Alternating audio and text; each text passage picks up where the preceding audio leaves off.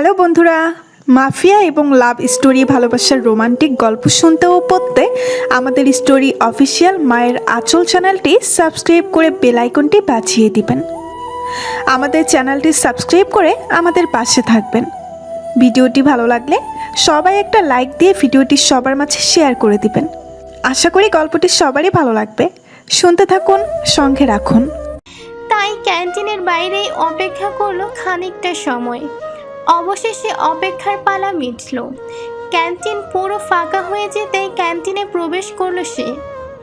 টঙের দোকানে একটা বেঞ্চে অন্যমনস্ক হয়ে বসে আছে শ্রাবণ। ব্যাচে জুনিয়র 4টে ছেলে দাঁড়িয়ে আছে তার দুপাশে। তার মধ্যে একটা ছেলে বলল কথাটা। শ্রাবণ গম্ভীর গলায় বলল, লল একটা। ছেলেটা উৎসাহিত হয়ে দোকানের থেকে ভালো দামের একটা সিগারেট নিল। সিগারেটটা শ্রাবণের মুখে তুলে দিয়ে ম্যাচের কাঠি তুলে আগুনও ধরিয়ে দিল। শ্রাবণ কপালে ভাঁজ ফেলে 2-3 টান দিয়ে সিগারেটটা নামিয়ে নিল। ভেতরের কষ্টগুলোকে ধোঁয়ার সাহায্যে উড়িয়ে দিতে দিতে বলল, ঈশার ক্লাস এখন শেষ হবে, আমি বেশিক্ষণ থাকতে পারবো না। বিকেলে একটা মিটিং আছে, ওকে এক পলক দেখেই বাসে উঠব। ওকে না দেখে থাকতে পারি না, কি করব বল?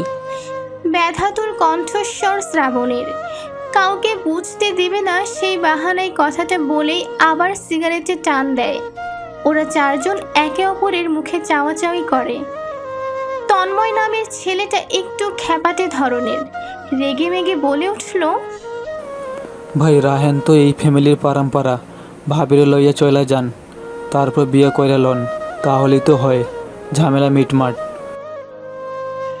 তন্ময়ের কথায় তাচ্ছিল্যের হাসি হাসল শ্রাবণ।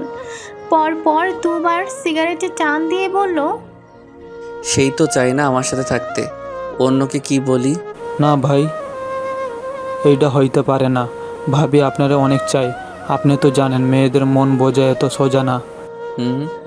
আসলেই মেয়েদের মন বোঝা আসলেই সোজা না। বড্ড বিধ্বস্ত লাগছে শ্রাবণকে। শুকিয়ে যাওয়া মুখ, সিগারেটে পোড়া ছোট আর এলোমেলো চুল। পরনে সাদা শার্টের এক হাত ঝুলে আছে, তো অন্য হাত সুন্দর করে ফোল্ড করা। গলার টাইটাও এখনও ঝুলছে। রাতের মিটিংটা শেষ করে বাসে উঠে যায়। পাগলের মতো হন্য হয়ে ছুটে আসে ঢাকা। সেই ভোর থেকে এখনও অবধি ঈশার ভার্সিটির বাইরে টঙের দোকানে বসে আছে, তাকে এক পলক দেখবি বলে। রাফিক নামের ছেলেটা প্রথম বাক্যটা বড় উৎসাহের সাথে বললেও পরের বাক্যটা আওড়াতে আওড়াতে বিস্ময়ে ঢাকা পড়ল তার গলার স্বর। শ্রাবণ চট জলদি তার হাতের সিগারেটটা ফেলে দাঁড়িয়ে গেল।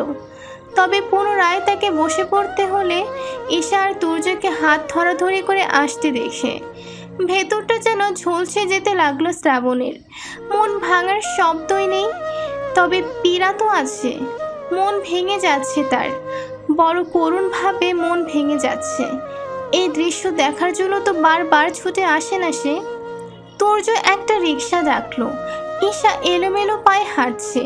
হাঁটতে হাঁটতে তুর্যর দেখানো রিক্সায় উঠে গেল। প্রায় সঙ্গে সঙ্গে তুর্য উঠে বসলো ঈশার পাশে। তুর্য কিছু বলছে ঈশাকে। মাথায় হাত বুলাতে বুলাতে ঈশার মাথাটা তার কাঁধে রাখলো। ঈশা যেন কোনো বাধাই দিচ্ছে না। তুর্য ঈশার কোমর জড়িয়ে ধরল আপত্তিকরভাবে। ঈশা কোনো প্রতিক্রিয়া দেখা গেল না। তুর্য রিক্সাওয়ালাকে বলে রিক্সার হুঁচ লাগিয়ে দিল। অতঃপর রিক্সা চলতে শুরু করলো। এই পুরো দৃশ্যটা শ্রাবণের চোখের সামনেই ঘটল, কিন্তু সে নির্বিকার। তন্ময়, রফিক, শাফিন আর হৃদয় রাগে ফোঁস ফোঁস শব্দ করছে। শ্রাবণকে এইভাবে চুপ থাকতে দেখে যেন অবাক হচ্ছে। ওদিকে ওই বাইরের ছেলেটাকে ঈশার সঙ্গে এত ক্লোজ হতে দেখে সহ্য করতে পারছে না একদম। তেড়ে যেতে লাগলো ওরা 4 জন।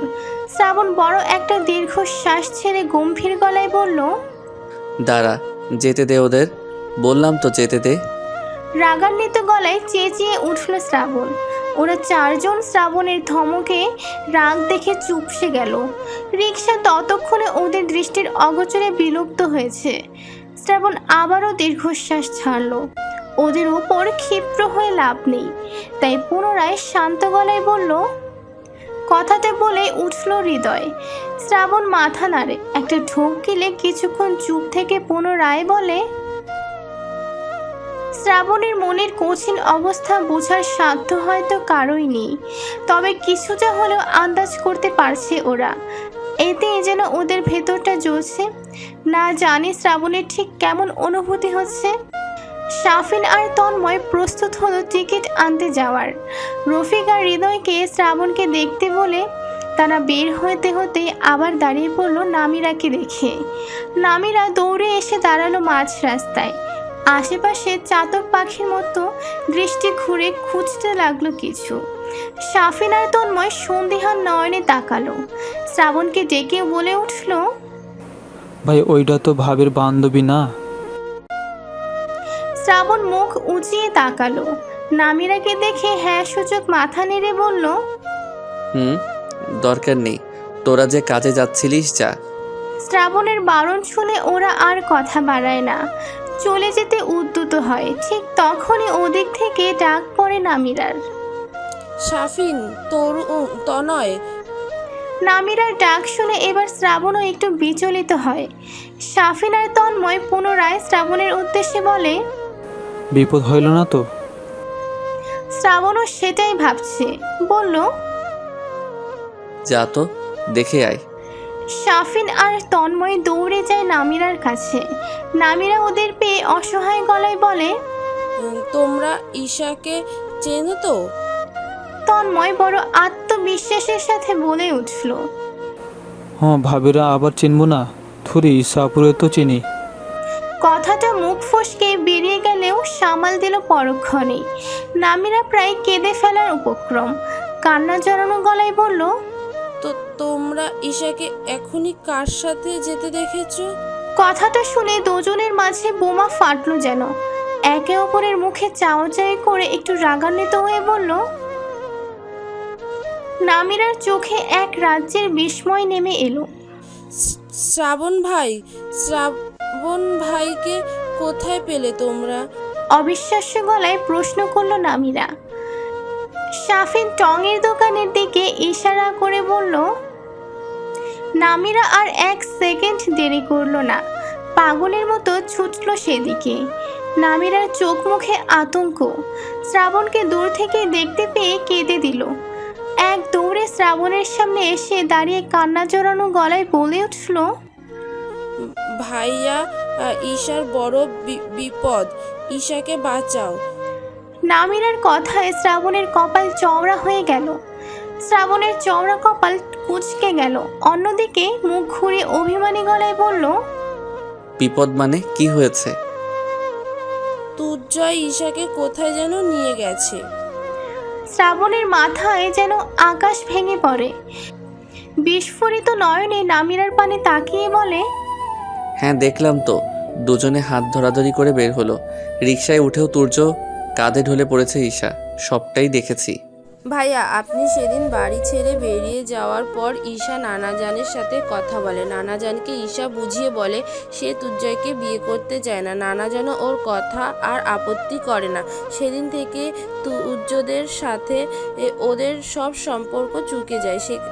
সেখানে আজ ঈশা হঠাৎ তুর্যর সাথে এভাবে কোথায় যাবে? আপনি বলুন, আমার তো কিছু ঠিক মনে হচ্ছে না। মানে? হ্যাঁ ভাইয়া, আমার মনে হচ্ছে আমাদের সবার চোখের আড়ালে কোনো অঘটন ঘটতে চলেছে। প্লিজ আপনি কিছু একটা করুন, প্লিজ। তন্ময়, গাড়ি বের কর। নামিরার কথার জবাব না দিয়ে শ্রাবণ বজ্র কণ্ঠে চেঁচিয়ে বলল কথাটা। ওরা সবাই বাইক বের করলো যার যার। শ্রাবণ বাইক নিয়ে নামিরাকে উঠতে বলল তার সাথে। আরও দুটো বাইকে রফিক, তন্ময়, শাফিন আর হৃদয় উঠে পড়ল। শ্রাবণ বাইক স্টার্ট দিল। যেদিকে ঈশাদের রিক্সাটা গেল। পুরো 30 মিনিটের রাস্তা অতিক্রম করে এলেও ঈশাদের রিক্সাটা খুঁজে পেল না তারা। শ্রাবণের অবস্থা করুণ থেকে করুণতম হচ্ছে। তখন যদি রাগ করে হলেও ঈশাকে আটকে দিত, তাহলে এই অপ্রকৃতিস্থ মুহূর্তে কখনোই তৈরি হতো না। শ্রাবণের এটা ভেবে মাথা খারাপ হচ্ছে, তুর্য ঈশাকে নিজের সাথে নিয়ে গেল, অথচ ঈশা বাধা দিল না। পরক্ষণেই তার মনে পড়ল ঈশার হাঁটা চলা কেমন অস্বাভাবিক ছিল, মনে হচ্ছিল বারবার ঢলে পড়ছে ও। সেই সুযোগেই কি তুর্য ওকে ওভাবে জড়িয়ে ধরে রেখেছিল? আর ভাবতে পারছে না শ্রাবণ। তার পায়ের রক্ত ছিটকে মাথায় উঠে যাচ্ছে।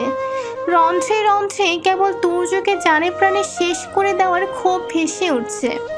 তুর্য এখনো আন্দাজও করতে পারেনি কার উপর ওর শকুনে নজর দিয়েছে ও। ভাই ওই রিক্সাটাই তো ছিল। তন্ময়ের বাইকটা হঠাৎই ব্রেক কষল। সামনের দিকে তাকিয়ে দৃষ্টি নিক্ষেপ করে বলে উঠল কথাটা কানে প্রবেশ করা মাত্র বিকট আওয়াজে শ্রাবণও বাইক থামিয়ে দিল। তার রক্তর চক্ষু জোড়া গিয়ে বিঁধে গেল সেই রিক্সাটার উপর। হিংস্র গলায় বাকিদের উদ্দেশ্য করে বলে উঠল, ধর ওকে। ওরা চারজন ছুটে গিয়ে চেপে ধরল সেই রিক্সাওয়ালাকে। এদিকে নামিরা চট জলদি নেমে দাঁড়াতে শ্রাবণও ছুটে সেদিকে। তেড়ে গিয়ে রিক্সাওয়ালার কলার চেপে ধরে বাজখাই গলায় চেঁচিয়ে উঠে বলে, আমার ঈশা কোথায়? তুর্য ওকে কোথায় নিয়ে গেছে বল।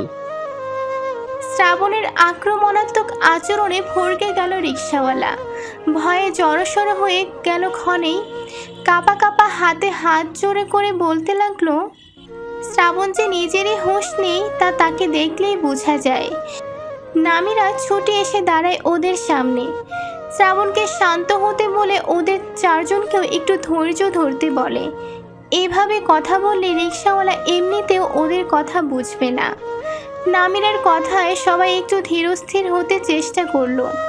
ওদের আর কথা বলতে না দিয়ে নামিরা ঈশার একটা ছবি বের করে রিক্সাওয়ালাকে দেখিয়ে বলল, এখনই কি এই মেয়েটাকে আপনি নিয়ে এসেছেন রিক্সায় করে? রিক্সাওয়ালা ঈশার ছবিটা ভালো করে দেখার চেষ্টা করলো।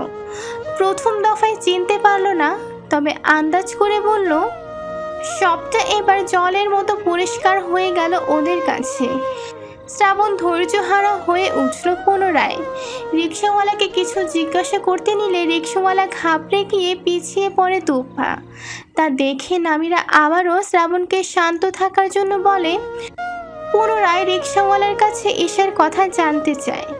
আপনি কি বলতে পারবেন ওরা এখান থেকে ঠিক কোন দিকে গেছে? রিক্সাওয়ালা কাঁপা কাঁপা হাতটা নির্দেশ করে কোথাও। সবাই সেই নির্দেশিত হাতের পানে তাকাতেই যেন চমকে উঠে আপাদ মস্তক। সামনেই একটা কাজী অফিস। তুর্য ঈশাকে নিয়ে কাজী অফিসে কেন গেল?